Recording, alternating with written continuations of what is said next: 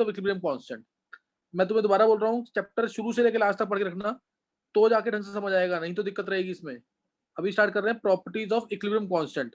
जो हमने पहले पढ़ा था वो था प्रॉपर्टीज ऑफ इक्विलिब्रियम, आज स्टडी कर रहे हैं प्रॉपर्टीज ऑफ इक्विलिब्रियम कांस्टेंट।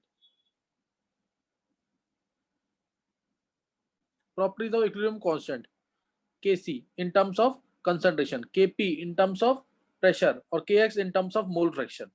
तो प्रॉपर्टीज ऑफ इक्विलिब्रियम कांस्टेंट, पहली first property Kc is effective, यानी equilibrium constant depends only upon temperature. ये लाइन दोबारा बोल रहा हूं मैं, डिपेंड्स ओनली अपॉन टेम्परेचर और nature of reaction and is independent of concentration. पहली property, Kc is dependent only upon temperature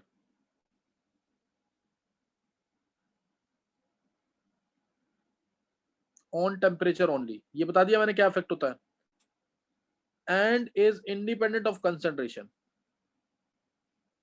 nature of independent of concentration, तो nature of reaction पे डिपेंड करेगा, नेचर ऑफ रिएक्शन पे भी depend करेगा। दो different reactions हैं तो उनका केसी जो है डिफरेंट होगा। ये ध्यान रखना कि टेम्परेचर डिपेंडेंट ओनली है ये, this is temperature dependent only. तो कई बार बोलते हैं कि हमने रिएक्टेंस का कंसंट्रेशन डबल कर दिया तो नया केसी क्या होगा, उससे कोई फर्क नहीं पड़ेगा, कंसंट्रेशन को चेंज करने से केसी पे कोई फर्क नहीं पड़ेगा। अगर अब यहाँ पे पॉइंट नोट करेंगे, if reaction is multiplied by 2 new KC square of previous one, यानी रिएक्शन ही चेंज हो जाती है जब if reaction is multiplied by 2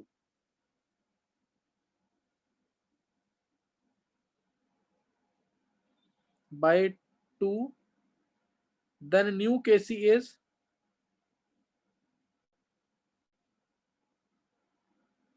square of previous one। जैसे एग्जांपल कोई भी रिएक्शन ले लिया मैंने गैसियस फॉर्म में लिया हर एक को, C gaseous plus O2 gaseous, हालांकि C सॉलिड फॉर्म में होता है, मैं गैसियस में ले रहा हूं अभी, गिव्स CO2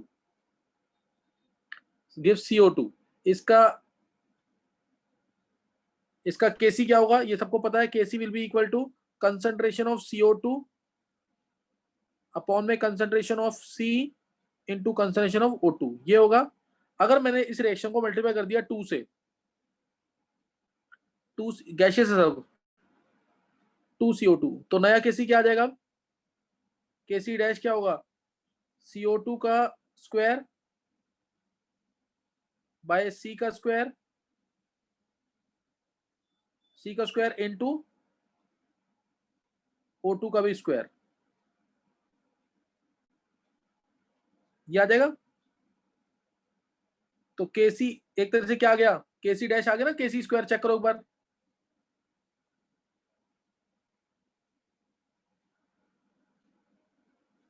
किसी को कोई डाउट तो नहीं है इसमें? Kc डैश जोड़ो Kc नो स्क्वायर, सर, तो अगर मल्टीप्लाई बाय 3 कर दिया तो, मल्टीप्लाई बाय 3 किया तो क्यूब हो जाएगा, क्यूब हो जाएगा, मल्टीप्लाई बाय 4 तो फोर्थ पावर आ जाएगी, मल्टीप्लाई बाय n करेंगे तो n पावर nth पावर आ जाएगी। इसमें किसी को कोई डाउट नहीं है। ऐसे ही थर्ड प्रॉपर्टी है, डिवाइड करेंगे, अगर डिवाइड करते हैं तो क्या होगा, सर रूट आ जाएगा, है ना। If divide by 2 divided by 2 then new case is root of the previous one, then new यानी एक तरह से मल्टीप्लाई बाय हाफ कह लो तुम, मल्टीप्लाई बाय हाफ तो क्या हो जाएगा, root of the previous one. Same चीज C प्लस O2, वही रिएक्शन है, half C plus half O2 मिला हाफ CO2, तो अब Kc डैश क्या हो जाएगा नया, ये हो जाएगा CO2 bye C into O2 और सबकी पावर क्या है 1/2, 1/2, तो Kc डैश क्या आ जाएगा, रूट ऑफ Kc। सर अगर 4 से करेंगे तो 1/4 से, 1/4, अगर मैंने डिवाइड बाय 3 किया तो क्यूब रूट, डिवाइड बाय 4 किया फोर्थ रूट, डिवाइड बाय 5 किया fifth root, divide by n किया तो nth रूट आ जाएगा। मतलब Kc डैश अगर डिवाइड बाय n कर दिया तो Kc dash will be Kc raise to 1/n। समझ गए कि नहीं? नेक्स्ट देखेंगे, कोई डाउट तो नहीं किसी को, बोलो। सर इसमें तो केसी चेंज हो गया, रिएक्शन चेंज नहीं हो गई क्या? सर मोलर पहले रिएक्शन क्या थी, कंसंट्रेशन चेंज हुई है। कंसंट्रेशन कहाँ चेंज किया मैंने, मैंने रिएक्शन ही चेंज कर दी। पहले रिएक्शन क्या थी, C + O2 गिव्स CO2, अब रिएक्शन क्या है, half C + half O2 gives half CO2। समझे कि नहीं है? पर सर प्रोडक्ट वगैरह तो सेम ही है, बस कंसंट्रेशन चेंज हुई आगे की। मेरी बात सुनो, पहली बात तो मैंने कंसंट्रेशन चेंज नहीं किया, मैंने कंसंट्रेशन का कुछ बोल ही नहीं रहा, मैं रिएक्शन ही चेंज कर रहा हूँ।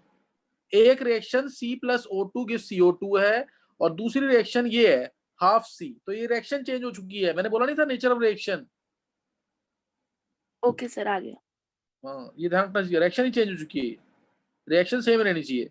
नेक्स्ट देखेंगे, 3 प्रॉपर्टीज हो चुकी हैं। Fourth property, if reaction is written in 2 steps then new Kc is product of the Kc of both the reactions. अगर रिएक्शन को 2 स्टेप में लिखते हैं, ध्यान देना, पहले रिएक्शन थी C + O2, ये भी इंपॉर्टेंट है, C + O2 गिव्स CO2। अभी इसका Kc क्या होगा, CO2 divide by C into O2, ये होगा। अगर मैं इस रिएक्शन को 2 स्टेप में लिखता हूं, इसी रिएक्शन को 2 स्टेप में लिख रहा हूं, C + half O2 gives CO, तो K1 क्या होगा,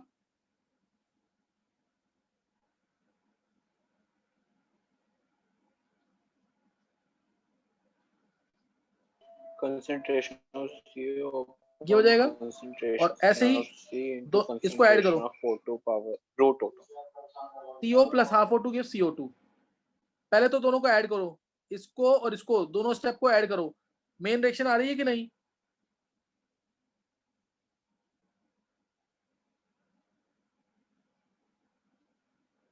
यस सर। मेन रिएक्शन आ रही है ना, तो इसका मतलब अब K1 × K2 निकालो, वो Kc के इक्वल आ रहा है कि नहीं, K1 × K2 आ रहा है सर। तो इसका मतलब अगर हम एक रिएक्शन को 2 स्टेप में लिखते हैं, तो जो इनिशियल Kc था वो दोनों रिएक्शन के Kc के प्रोडक्ट के इक्वल होगा, K1 × K2। कोई डाउट किसी को? No sir. और अगर 3 स्टेप में लिखते तो, और तीनों का एडिशन मिलाकर ये रिएक्शन आती, तो क्या होता, K1 × K2 × K3। अगर n स्टेप्स में होता तो क्या हो जाता, sir K1 × K2 till to Kn, Kn। है ना, टिल Kn आ जाता। क्या था, टिल Kn। कोई doubt? No sir. Next,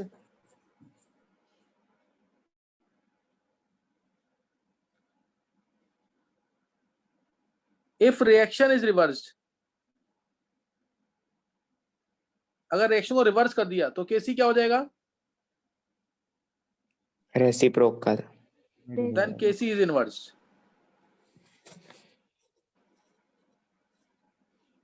reaction को रिवर्स किया तो Kc हो जाएगा inverse. Clear, reaction reverse then Kc inverse.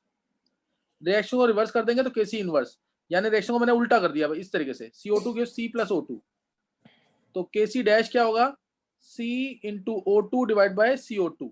ये जस्ट उसके ऑपोजिट है, चेक कर लो।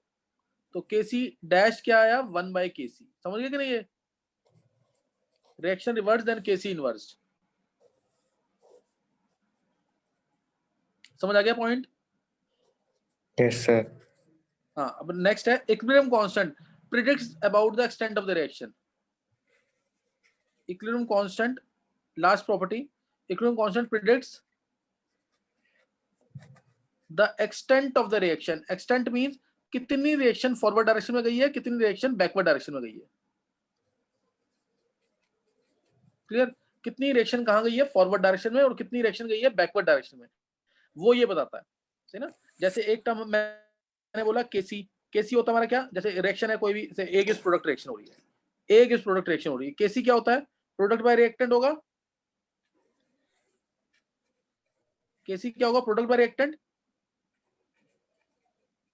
यस।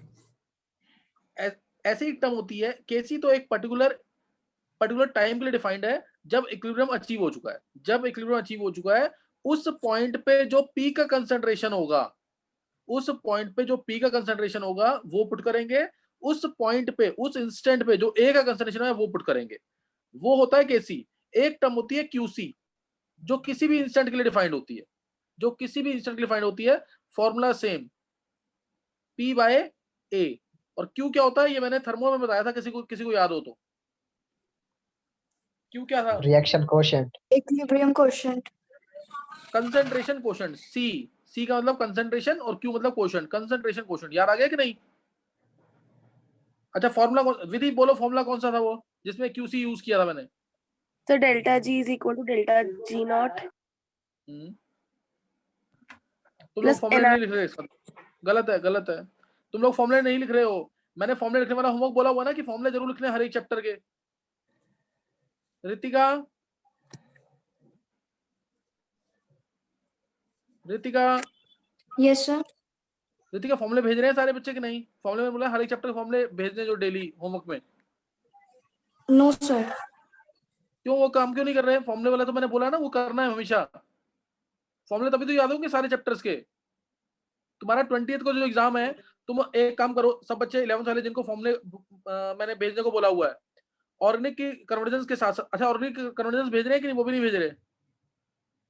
Yes sir. रितिका, हाँ यस तो सर। ऑर्गेनिक के कन्वर्जेंस के साथ साथ अब 3 times all formulas, all chapters formulas plus जो होमवर्क मिलता था सारे चैप्टर्स के फॉर्मुले सबको भेज दें। अब मेरे को जरूर फीडबैक देना। Okay sir. अनन्या, हाँ रितिका जरूर देना इस चीज का। ये मलिका, विधि और क्या नाम है, इस बार किसने सुनाया किसने नहीं? मलिका ने नहीं सुनाया था, विधि सर ने, वंशिका। ये वंशिका, वंशिका होमवर्क क्यों नहीं सुनाया तुमने इस बार? सर आज सुना दूंगी पक्का, थोड़ा सा रह रहा है बस। वंशिका देखो इस चीज को बहुत सीरियसली लो। एक Yes, भी दिन मिस करने का मतलब तुम बहुत पीछे चले गए हो। अभी तक ना, अभी तक इतना पॉजिटिव रिस्पांस है ना, मल्लिका का भी, तुम्हारा भी, और क्या कहते हैं विधि का भी। इसको नेगेटिव मत करो। Ananya, yes sir. Ananya homework सब भेज रहे हैं? Yes sir. अनन्या बताया करो जरूर, बताओगे नहीं तो फिर फायदा नहीं होगा ऐसे। तो रितिका का हमेशा मतलब रिस्पांस रहता है, मुकुल का रिस्पांस रहता है। सर पहले बोलो। लवन्या का बताया था ना, बस उसका हाँ हाँ, नहीं है, बाकी तो सबका आ जाता है। अच्छा सही है, ये मेरे को बताया जरूर करो। नहीं, अच्छा गौरव का नहीं आ रहा है। गौरव,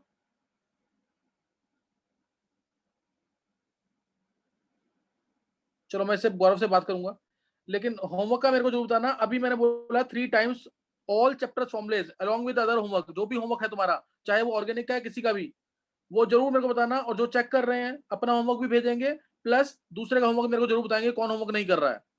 होमवर्क वाला काम मत मिस करना। 20th का जो पेपर है तुम्हारा तभी अच्छा होगा जब तुम फॉर्मुले सारे लिख रहे हो। ऑर्गेनिक का काम और फॉर्मुलेज कंप्लीट सिलेबस का होगा वो टेस्ट। जिन बच्चों ने ऑर्गेनिक कम पढ़ा हुआ है वो बेशक स्किप करेंगे उसको, अदरवाइज ऑर्गेनिक भी आएगा उसके अंदर। कंप्लीट सिलेबस का टेस्ट होगा तुम लोगों को 11th का।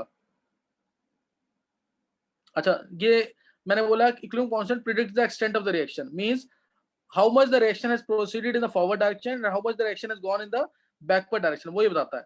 मान लिया मैंने केसी की वैल्यू किसी इंस्टेंट पे, मान लिया मैंने केसी की वैल्यू जो इक्विलिब्रियम पॉइंट पे वो है 50, वो वैल्यू 50 है। अब तुमने क्यूसी निकाला, ध्यान से सुनना, अब तुमने क्यूसी निकाला। क्यूसी क्या, अगर क्यूसी की वैल्यू 50 आ रही है तो मींस तुम क्या बोलोगे, रिएक्शन क्या है, इक्विलिब्रियम पे है कि नहीं रिएक्शन? अगर क्यूसी की वैल्यू 50 आ रही है तो बोलो। अगर क्यूसी की वैल्यू 50 आ रही है तो रिएक्शन इक्विलिब्रियम पे है कि नहीं? Yes sir. तब रिएक्शन इक्विलिब्रियम पे है। If QC is coming out to be 50 that means reaction is in equilibrium. लेकिन मान लिया मैंने अगर क्यूसी की वैल्यू आई से 25, क्यूसी की वैल्यू आ गई सपोज 25, अब क्या रिएक्शन इक्विलिब्रियम पे है? No sir. 11 से बच्चे आंसर करेंगे। किसने बोला आंसर? निर्मित। Yes sir. हाँ निर्मित इक्विलिब्रियम पे नहीं है, ये तो क्लियर हो गया। अब निर्मित तू बोल, अब रिएक्शन कौन सी डायरेक्शन में जाए टू अचीव इक्विलिब्रियम, फॉरवर्ड की बैकवर्ड, विद प्रॉपर रीजन। अब क्यूसी की वैल्यू को 50 होने के लिए कहां जाना चाहिए, फॉरवर्ड की बैकवर्ड? हाँ विधि सही सर है। फॉर हाँ निर्मित क्यों फॉरवर्ड, ये एक्सप्लेन करेगा तो तेरा भी कॉन्फिडेंस बढ़ेगा यहाँ पे। हाँ शिवम सही है। सर क्योंकि बढ़ानी है वैल्यू तो हाँ फॉरवर्ड। वैल्यू बढ़ानी है तो मींस प्रोडक्ट बढ़ाने हैं, है ना? Yes sir. बढ़ानी वैल्यू का मतलब प्रोडक्ट बढ़ाने। प्रोडक्ट कैसे बढ़ेंगे, जब रिएक्शन फॉरवर्ड में जाए। बहुत अच्छे निर्मित। तो रिएक्शन जाएगी फॉरवर्ड डायरेक्शन में in order to achieve the equilibrium. 25 से 50 होने के लिए, वैसे भी देखो ना 25 से 50 होना है, आगे जाएंगे पीछे जाएंगे, ऐसे याद सर नहीं आगे। रख सकते तुम, आगे जाएंगे। और मान लो अगर क्यूसी की वैल्यू आ रही है 80, तब कहां जाएगी रिएक्शन, बैकवर्ड की फॉरवर्ड? Sir backward. बैकवर्ड। अब ये दिमाग में रख लेंगे, अगर QC ग्रेटर देन KC है, reaction moves in the backward direction, ये भूलना नहीं कभी भी आप। और QC अगर लेस देन KC है तो reaction moves in the forward direction. ये लाइन याद रखना है, और तरीका भी मैंने बता दिया है। 25 से 50 है तो हमें आगे जाना है, QC कम है तो रिएक्शन कहाँ जाएगी, फॉरवर्ड डायरेक्शन में, QC ज्यादा है तो रिएक्शन जाएगी बैकवर्ड डायरेक्शन में, in order to achieve the equilibrium, in order to achieve the equilibrium. तो इस तरीके से ध्यान रखना, इसको नेक्स्ट नोट करेंगे आगे।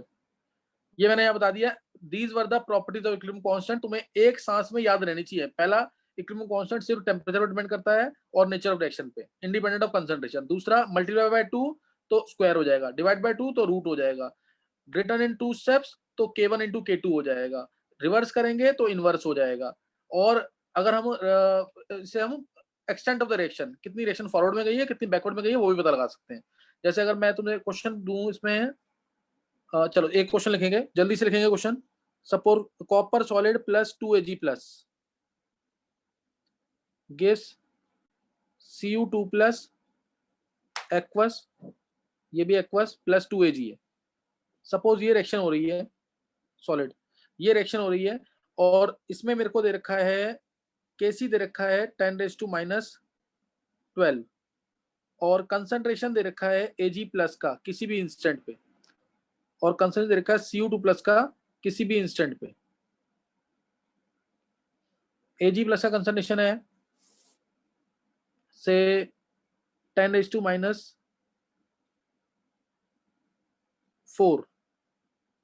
और Cu2 प्लस का कंसंट्रेशन है 10⁻18। तो बताना कि कौन सी डायरेक्शन में रिएक्शन जाए to in order to achieve the equilibrium, कौन सी डायरेक्शन में रिएक्शन जाएगी in order to achieve the equilibrium. 11th वाले बच्चे आंसर करेंगे।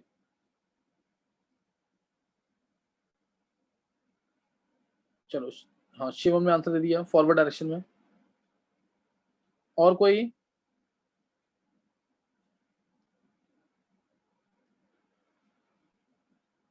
Sir forward. फॉरवर्ड किसने बोला है? निर्मित? Yes sir. हाँ, और कोई?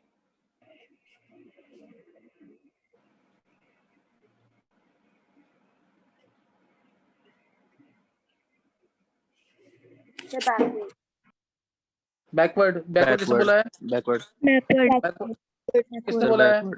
सर प्रथम। प्रथम ने बोला, और ऋतिका, मलिका। चलो अब देखते हैं आंसर। देखो इसमें Kc दे रखा है, QC निकालेंगे। अब QC निकालेंगे, QC क्या होगा? कंसंट्रेशन ऑफ Cu2 प्लस का, Cu2 plus divide by concentration, Vidhi बहुत लेट दिया आंसर, Ag प्लस का स्क्वायर। इतना इजी कैलकुलेशन है तो देना चाहिए था आंसर। Cu2 प्लस कितना है? Cu2 प्लस कितना? 10⁻18 और Cu2 प्लस 10⁻18 है। Ag प्लस कितना है? Ag प्लस कितना है? 10⁻4 का स्क्वायर, तो ये आ जाएगा 10⁻10। QC क्या है? Greater than KC। QC क्या है? ऐसे छोटे छोटे क्वेश्चन आने हैं सिर्फ, और फिर गलत दोगे answer. QC greater than KC है। अब QC बड़ा है तो पीछे जाने के लिए, KC के पास जाने के लिए रिएक्शन कहाँ जाएगी? बैकवर्ड। रिएक्शन कहाँ जाएगी? बैकवर्ड। समझ आ गया कि नहीं? है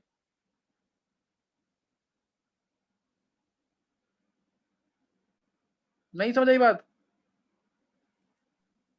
सर आ गए। शिवम, हाँ सोच समझ के आंसर दिया करो। शिवम नेक्स्ट नोट करेंगे। अब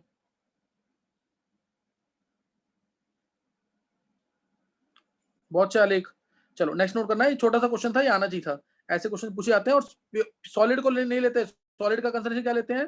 सॉलिड का एक्टिव मास क्या होता है? यूनिटी। सॉलिड का एक्टिव मास क्या होगा? यूनिटी। चलो एक क्वेश्चन और लिख लो इसी कैरेक्टरिस्टिक्स के ऊपर। सपोज इक्वेशन है 4HI gives 2H2 plus 2I2, 2H2 plus 2I2 gaseous में रिएक्शन, और इसका Kc दे रखा है हमें 10⁻24। Kc 10⁻24 है। What will be the Kc for this reaction? Half H2 plus half I2 gives HI। बोलो इसका Kc क्या होगा? What will be the Kc for this reaction?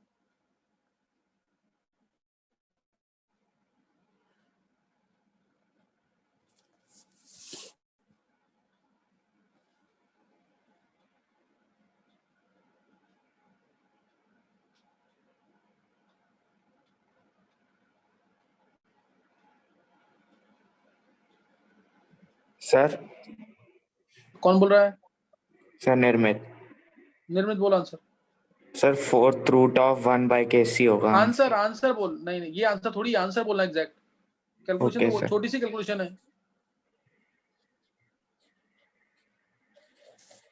विधि का आंसर क्या? 10⁶? Yes sir.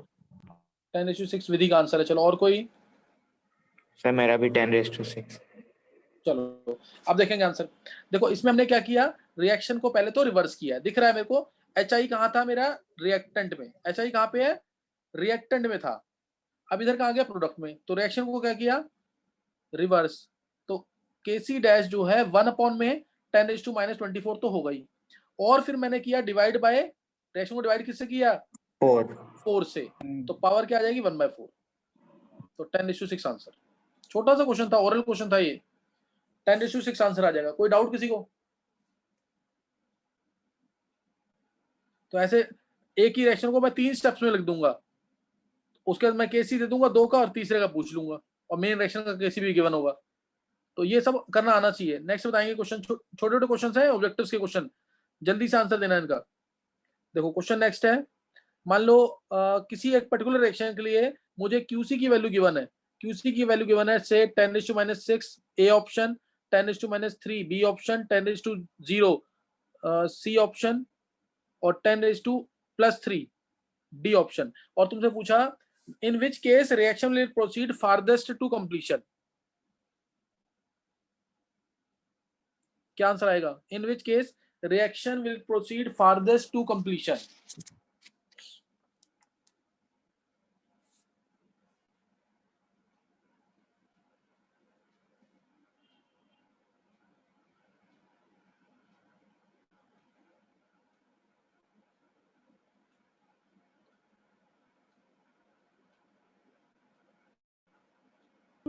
Sir D.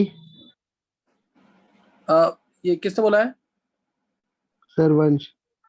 वंश बी बोला है कि डी बोला है? Sir D D. डी, हाँ सही है। तो और किसी को बोला आंसर?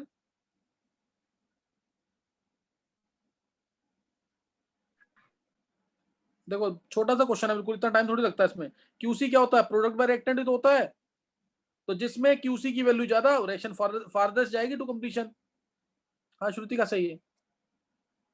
उसमें रिएक्शन कहाँ जाएगी? फॉरवर्ड डायरेक्शन में। जिसमें क्यूसी की वैल्यू सबसे ज्यादा है, सबसे ज्यादा वैल्यू कहाँ पे है? डी में है, तो डी आंसर आ गया।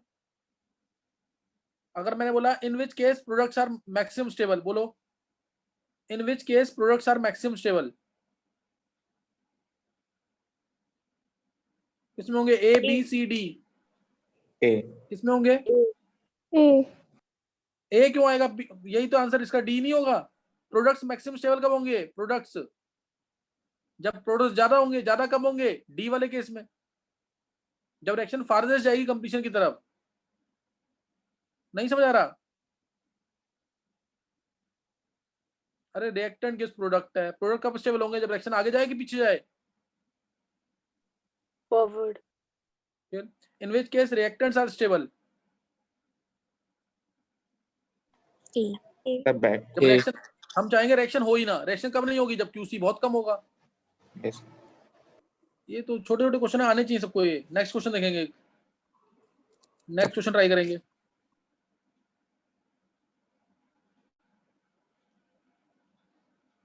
चलो एक थोड़ा सा बेटर क्वेश्चन लेंगे। अब एक दो क्वेश्चन और इजी, थोड़े एक दो क्वेश्चन और इजी। a+6b सपोज, ये क्वेश्चन सब पूछे आते हैं ऑब्जेक्टिव्स के अंदर, जल्दी जल्दी आंसर करना ताकि हम थोड़े बेटर क्वेश्चंस कर सके। a+6b gives c+2d, a+6b gives c+2d। इसमें स्टार्टिंग में इक्वल मोल्स लिए a और b के। Equal moles of a and b are taken initially, then at equilibrium,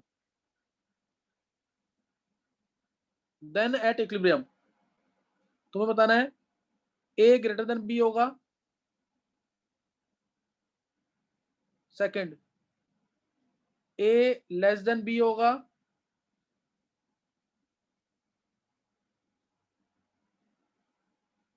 third a equal to b होगा, फोर्थ डेटा इनसफिशिएंट। बोलो क्या answer आएगा 11th वाले बच्चों में से?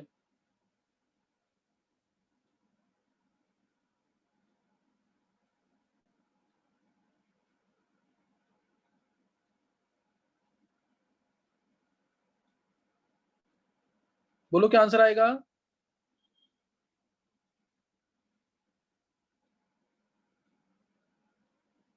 हाँ रितिका, हाँ रितिका सही है बिल्कुल। देखो उधर, ये स्टार्टिंग में लिया मैंने, इक्वल मोल्स हैं, मान लो स्टार्टिंग में ए लिया, ये भी ए लिया, इसमें से अगर एक्स खत्म होगा, इसमें से कितना खत्म होगा? 6x खत्म होगा कि नहीं? तो कौन सा बड़ा है? ए बड़ा है, इसलिए आंसर ए आ जाएगा। नहीं समझ आई बात? सर आ गई।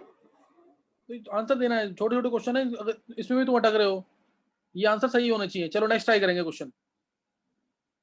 नेक्स्ट क्वेश्चन देखेंगे, ये अब तक जितने क्वेश्चंस किए उनमें सबसे बेटर है, देखते हैं कौन सोच पाता है इसको। KP for reaction, KP for a reaction at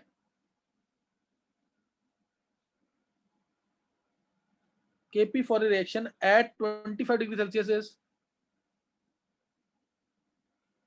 say 10 atmosphere. Kp for a reaction at 25 degree Celsius is 10 atmosphere. EAF forward activation energy and backward activation energy.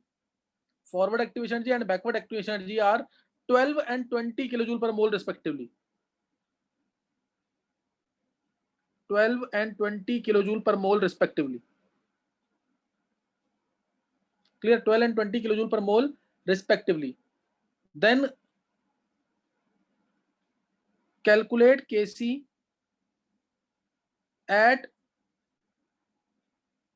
40 degree Celsius for the same reaction. निकालो क्या होगा?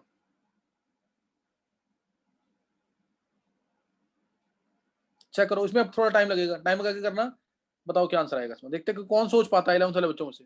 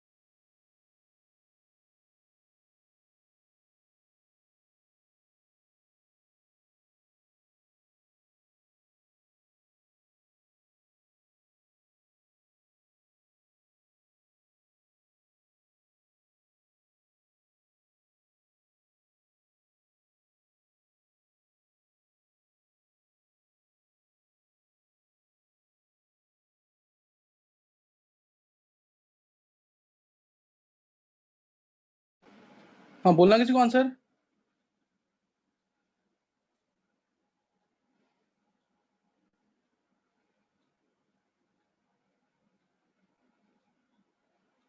Answer बोलना किसी को। दक्ष,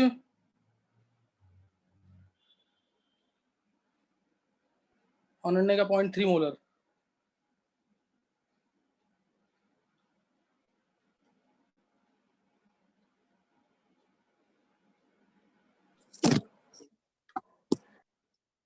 चलो देखो इधर, अनन्या कैसे किया बताओ जरा। अनन्या जल्दी बोलो थोड़ा। सर पहले डेल्टा एच निकाल लिया, हाँ डेल्टा एच, हाँ कितना आएगा। -8 किलो जूल पर मोल।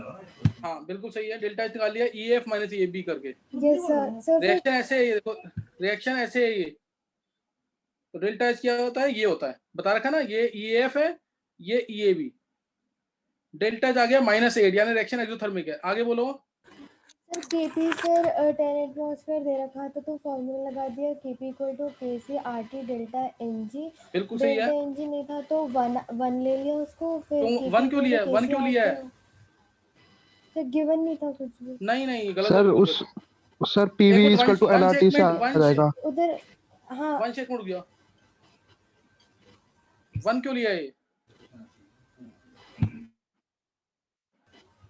सर वो इक्वेशन नहीं अनन्या ऐसे मत करो आंसर, ऐसे गलत निकाल रहे हो बिल्कुल। अनन्या सेकंड आंसर है, तुमने ऐसे मतलब वो तुक्के में किया जैसे। डेल्टा एन की वैल्यू क्या होगी, कोई भी बच्चा 12th वाला जो जल्दी बताओ आंसर, क्वेश्चन हो नहीं पाएगा नहीं तो। डेल्टा एन की वैल्यू क्या होगी। सर वो उसकी यूनिट से देख लेंगे। हाँ तो दक्ष तू बोलता क्यों नहीं, जल्दी बोला करो थोड़ा सा। दक्ष